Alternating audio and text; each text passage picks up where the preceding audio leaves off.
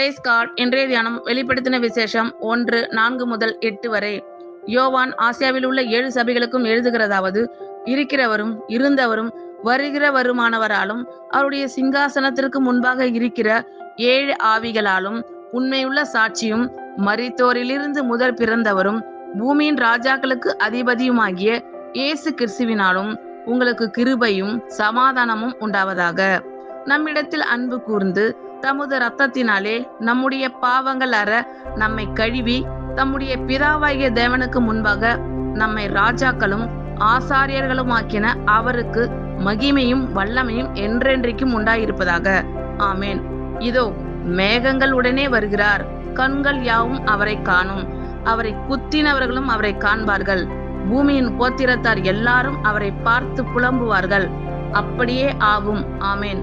இருக்கிறவரும் இருந்தவரும் வருகிறவருமாகிய சர்வ வல்லமையுள்ள கர்த்தர், நான் அல்பாவும் ஒமேகாவும் ஆதியும் அந்தமுமாய் இருக்கிறேன் என்று திருவுளம் பற்றுகிறார். ஆமென். Thank you Lord.